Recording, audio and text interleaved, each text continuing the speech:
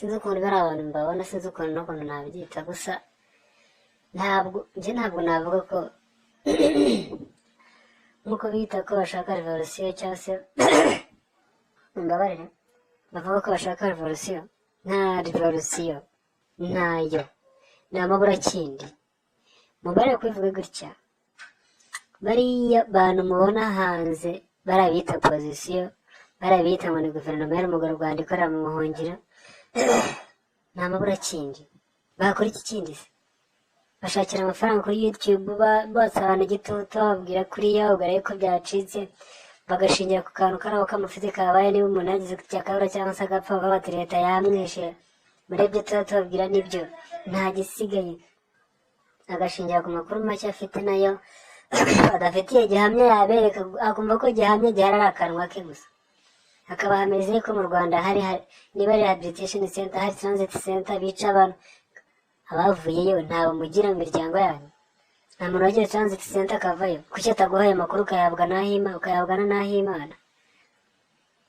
N'ahimana niwe uzi iby'u Rwanda kurusha uko twe twabimenya. N'ahimana ni umuntu wari mu Rwanda, ari mu bintu by'abapadiri za kiliziya, arangije yibona nk'umuntu, mbere yibona ko nawe ari umuhutu kandi ingoma itakiri iy'abahutu. Mbere nawe yibona nk'uwatsinzwe. Atangira urwanashyaka rw'amacakubiri, atangira kumva ko abahutu bagandamijwe, yabavugana ahari bakazamuka. Niyo ndoro arimo kuvuze ishyanga ubwo hari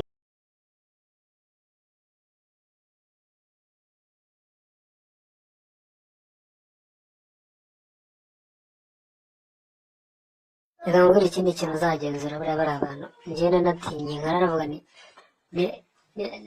amacakubiri bagenzi, nta kindi. Urabona mu by'ukuri nacyo ko duhere hano kuva muri 1991, nyine ubwo ndavuga amateka kugeza 94, hari amagambo, hari ibikorwa iriya leta yakoze. Abantu benshi bagiye batandukanye, speech discours bagiye batanga z'ibitangaza, zuzuyemo amacakubiri, zuzuyemo ubugome bwinshi, n'ibikorwa bagiye bakora byuzuyemo ubugome bwinshi, kandi ibyo byose buri muntu wese arabizi. Ntacyo reka tureke 94 bajya bavuga yuko fere hano indege ya Habyarimana, aho reka tuhareke noneho twe kwirirwa tuhagera, cyangwa se na mbere yaho amagambo yaranze bari abantu ntimuyazi.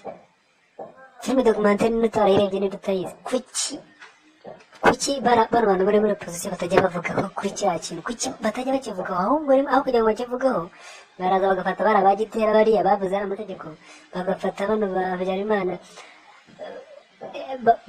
ziriya mvugo, aho kugira ngo bibuze bavuga ngo bano bantu bakoze amakosa, bakazirenza amaso bakaza kuvuga kuri FPR, bakabirenza amaso bakavuga abo bantu ko bari n'ibitangaza. Ubu muntu rero umbwije kuri arashaka iki?